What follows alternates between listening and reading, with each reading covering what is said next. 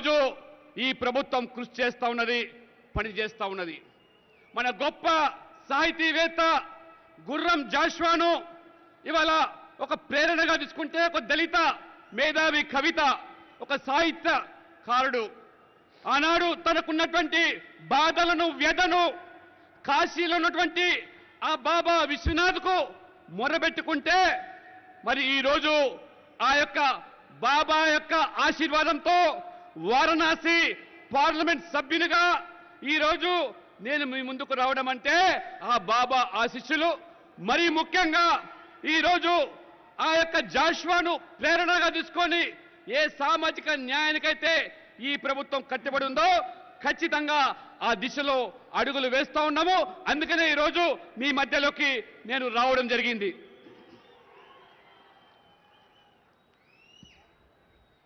నా కుటుంబ సభ్యులారా, मैं आज इस अवसर पर मादिगा समुदाय के अधिकारों की लड़ाई लड़ने वाले टीएन सदा लक्ष्मी जी और टीवी नारायण जी को श्रद्धापूर्वक याद कर रहा हूं।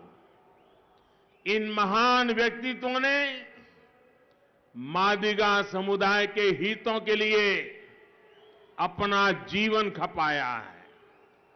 मैं उन्हें नमन करता हूं। और मेरा छोटा भाई कृष्णा 30 साल से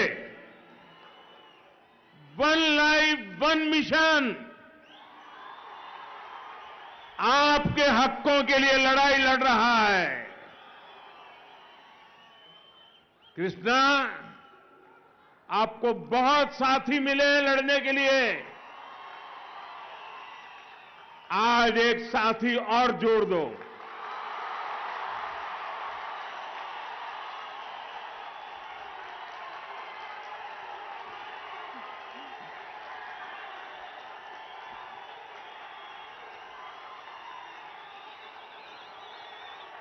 మిత్రులారా, ఈ సందర్భంగా మాదిక సామాజిక వర్గానికి సంబంధించినటువంటి అనేక సమస్యల పైన పోరాటం చేసినటువంటి యోధులు ఇవాళ టిఎన్ సదాలక్ష్మి, అదే రకంగా టీవీ నారాయణ గారు స్వర్గీయులు, వారి ప్రత్యేకంగా ఒక భక్తి శ్రద్ధలతో వారిని నేను గుర్తు చేసుకుంటా ఉన్నాను.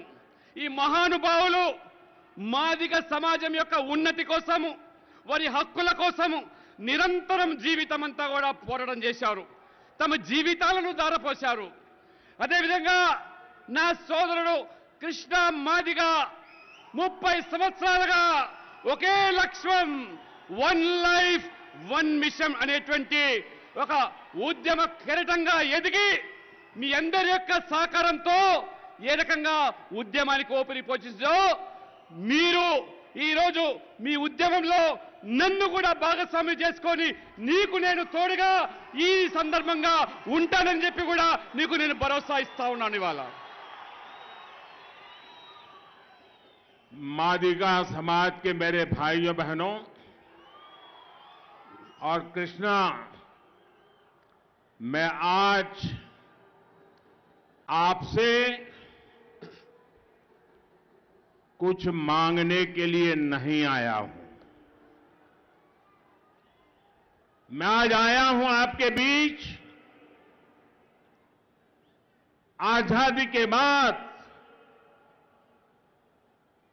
जितनी भी पॉलिटिकल पार्टियों ने, जितने भी पॉलिटिकल लीडर्स ने आपको वादा किया, आपसे धोखा किया, मैं आज एक पॉलिटिकल बिरादरी का व्यक्ति होने के नाते उनके पापों की क्षमा मांगने के लिए और उनके पापों का प्रायश्चित करने के लिए आया हूं। సోదర సోదరి మల్లారా, ఇవాళ కృష్ణ నేను ఇవాళ మీతో ఏది కోరడానికి రాలేదు. మీ మధ్యలోకి మీ బాధలు పంచుకోవడానికి వచ్చాను. స్వాతంత్రం తర్వాత అనేక రాజకీయ పార్టీలు, అనేక రాజకీయ నాయకులు మీకు అనేకమైనటువంటి హామీలు ఇచ్చారు. న్యాయం చేస్తామన్నారు, మిమ్మల్ని వాడుకున్నారు, కానీ మిమ్మల్ని పూర్తిగా దోకా చేశారు. వాళ్ళు చేసిన పాపాలకు నేను ఒక రాజకీయ నాయకుడిగా వాళ్ళ పాపాల ప్రక్షాళన కోసము మిమ్మల్ని నేను క్షమాపాత్రుడిగా ప్రార్థిస్తూ తప్పకుండా వాళ్ళ పాపాలను ప్రక్షాళన చేయడానికి నేను మీతో ఉంటానని చెప్పి కూడా ఈ సందర్భంగా మీకు నేను హామీ ఇస్తా ఉన్నాను. ఇవాళ నా కుటుంబ సభ్యులారా, तेलंगाना का आज इतिहास के एक बेहद अहम मोड़ पर खड़ा है। दशकों से आंदोलन के बाद 10 साल पहले जो सरकार यहां बनी, वो तेलंगाना के गौरव की, तेलंगाना के सम्मान की रक्षा नहीं कर पाई। तेलंगाना के लोगों के सामर्थ्य की पूरी दुनिया प्रशंसा करती है, लेकिन जब बात यहां की गवर्नमेंट की आती है, गवर्नेंस की आती है, तो हर कोई निराश हो जाता है। इन 10 वर्षों में तेलंगाना सरकार ने हर किसी के साथ, मादिगा समुदाय के साथ सिर्फ और सिर्फ विश्वासघात किया है। कौन भूल सकता है कि कांग्रेस ने किस तरह तेलंगाना के निर्माण में बाधाएं खड़ी की थी, लेकिन जब अनेक बलिदानों के बाद तेलंगाना बना, तो बीआरएस के नेता आपको भूलकर सबसे पहले कांग्रेस के नेताओं को धन्यवाद करने गए। आंदोलन के दिनों में आपसे वादा किया गया था कि किसी दलित को ही तेलंगाना का पहला सीएम बनाया जाएगा, लेकिन राज्य के निर्माण के बाद हर दलित आकांक्षाओं को कुचलते हुए सीएम की कुर्सी पर केसीआर ने कब्जा कर लिया। बीआरएस ने दलितों को जमीन देने का भी वादा किया था। क्या उन्होंने वादा पूरा किया? बीआरएस ने आपको दलित बंधु स्कीम के जरिए हजारों करोड़ रुपया देने की बात कही थी। क्या आपको इसका लाभ हुआ? सच्चाई यह है, ये स्कीम बीआरएस विधायकों के रिश्तेदारों की स्कीम बन गई है। कोर्ट तक को यह कहना पड़ा कि दलित बंधु स्कीम के लाभार्थियों का चयन निष्पक्ष होना चाहिए।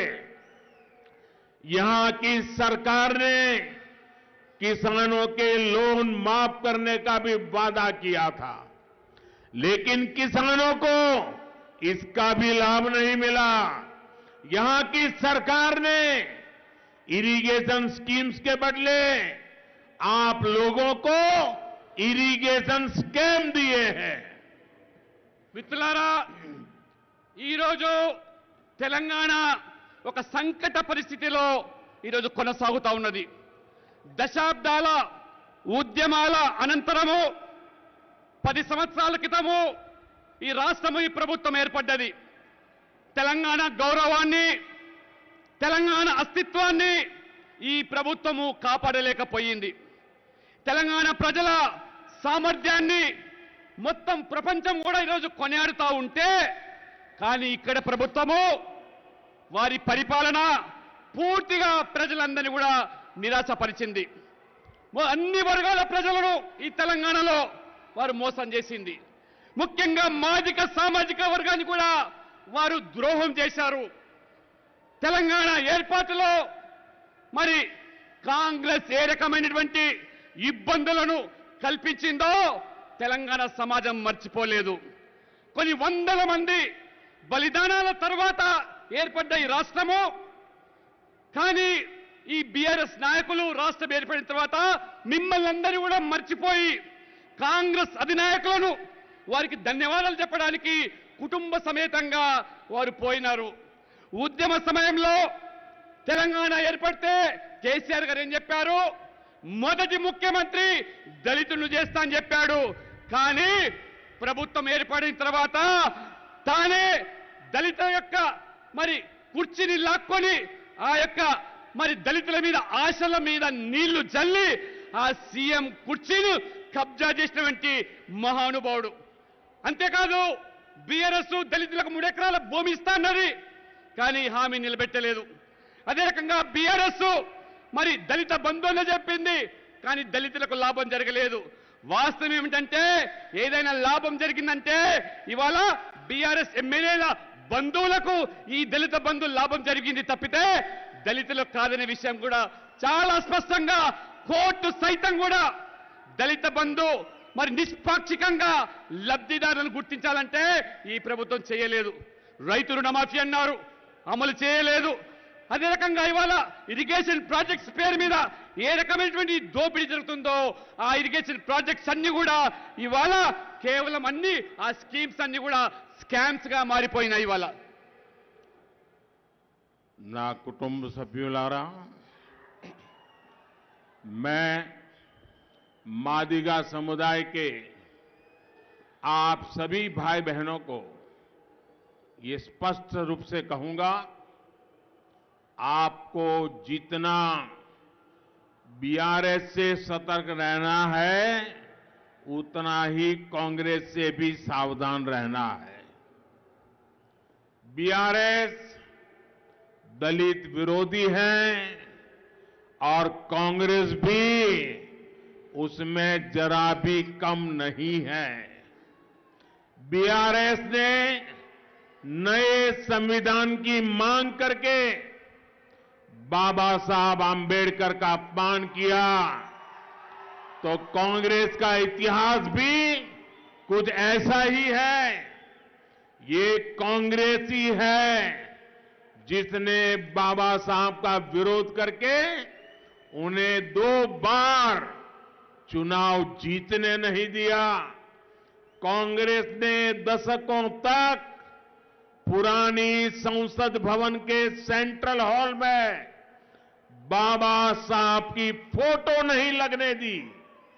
कांग्रेस की वजह से ही दशकों तक बाबा साहब को भारत रत्न तक नहीं दिया गया। सेंट्रल हॉल में बाबा साहब की तस्वीर हो या भारत रत्न, ये तब संभव हुआ जब केंद्र में बीजेपी के समर्थन से सरकार बनी। మిత్రులారా, ఈరోజు నా మాదిక సామాజిక వర్గానికి మీ అందరూ కూడా తెలియజేస్తా ఉన్నాను, మీరు బీఆర్ఎస్ పార్టీతో ఎంత జాగ్రత్తగా ఉండాలో అంతే జాగ్రత్తగా కాంగ్రెస్ పార్టీతో ఉండాలి. ఎందుకంటే బీఆర్ఎస్ దళిత విద్రోహి, కాంగ్రెస్ కూడా అంతే. బీఆర్ఎస్ కేసీఆర్ గారు కొత్త రాజ్యాంగాన్ని రచిస్తానని చెప్పి డాక్టర్ బాబాసాహెబ్ అంబేద్కర్ను అవమానపరిచారు. కాంగ్రెస్ చరిత్ర కూడా అంతే. కాంగ్రెస్ 2 పర్యాయాలు డాక్టర్ బాబాసాహెబ్ అంబేద్కర్ గారు ఎన్నికల్లో పోటీ చేస్తే అంబేద్కర్ గారిని వ్యతిరేకించి ఓడించిన పార్టీ ఇది కాంగ్రెస్ పార్టీ. అంతేకాదు దశాబ్దాలుగా కాంగ్రెస్ పార్టీ వారు అధికారంలో ఉన్నప్పటికీ పార్లమెంటులో పాత భవనంలో సెంట్రల్ హాల్లో బాబాసాహెబ్ అంబేద్కర్ యొక్క చిత్రపటాన్ని వారు పెట్టనివ్వలేదు. కాంగ్రెస్ వల్లనే బిఆర్ అంబేద్కర్ గారికి భారత రత్న కూడా ఇవ్వలేకపోయారు. కానీ భారతీయ జనతా పార్టీ హయాంలోనే పార్లమెంట్ సెంట్రల్ హాల్లో బిఆర్ అంబేద్కర్ ఫోటో మరియు భారత రత్న మరి ఇవ్వడం జరిగింది. అంతేకాదు ఈ రకంగా బాబాసాహెబ్ అంబేద్కర్ గారిని ఏ రకంగా భారతీయ జనతా పార్టీ ప్రభుత్వం ఇవాళ గౌరవించిందో ఒక్కసారి మీకు తెలియజేస్తా ఉన్నాను. ना कुटुंब सभ्युलारा बीआरएस की तरह ही कांग्रेस का इतिहास भी दलितों से, पिछड़ों से नफरत का रहा है. इसका एक बड़ा उदाहरण बाबू जगजीवन राम थे, जिन्हें कांग्रेस के अपमान का सामना करना पड़ा.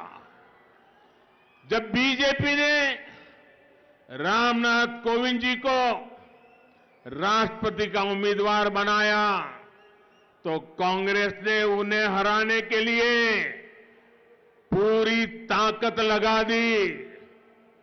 दलित समाज से आने वाले कोविंद जी जब राष्ट्रपति बन गए तो वो पूरे देश के राष्ट्रपति थे, हम सबके राष्ट्रपति थे. लेकिन तब भी कांग्रेस ने उनका तिरस्कार किया. जरा बिजली के लोग वहां देख लें, शायद वहां शॉर्ट सर्किट ना हो. और वहां सब साथियों से मेरी रिक्वेस्ट है, थोड़ा दूर रहे वहां से ప్లీజ్.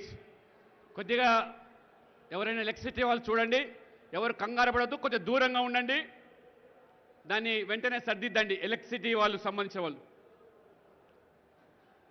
जब बीजेपी ने एक महिला को भारत का पहला आदिवासी राष्ट्रपति बनाने का प्रस्ताव रखा तो कांग्रेस ने द्रौपदी मुर्मू जी का भी विरोध किया. उन्हें भी अपमानित करने का कांग्रेस कोई मौका नहीं छोड़ती. साथियों, राजस्थान में जन्मे हुए और राजस्थान से आकर तेलंगाना को अपनी कर्मभूमि बनाने वाले दलित सरकारी अफसर हीरालाल सामरिया को कुछ दिन पहले ही चीफ इंफॉर्मेशन कमिश्नर बनाया गया. पहला दलित अफसर जो देश का पहला चीफ इंफॉर्मेशन कमिश्नर बना. कांग्रेस नहीं चाहती थी कि एक दलित अफसर इतना बड़ा दायित्व संभाले. इसलिए जिस बैठक में ये अहम निर्णय लिया गया, कांग्रेस ने उसका भी बहिष्कार किया. उनका शपथ समारोह हुआ, उसका भी बहिष्कार किया. మిత్రులారా, బీఆర్ఎస్ మాదిరిగానే కాంగ్రెస్ పార్టీ దళితులను, బీసీలను వ్యతిరేకించడమే కాదు, ఆ మహానుభావుడు బాబు జగజీవన్ రామ్ గారిని ఏ రకంగా రాజకీయంగా అణిచివేసిందో, ఏ రకంగా కాంగ్రెస్ కక్ష కట్టిందో మొత్తం ఈరోజు దళిత సమాజమే కాదు అందరూ కూడా గమనించారు.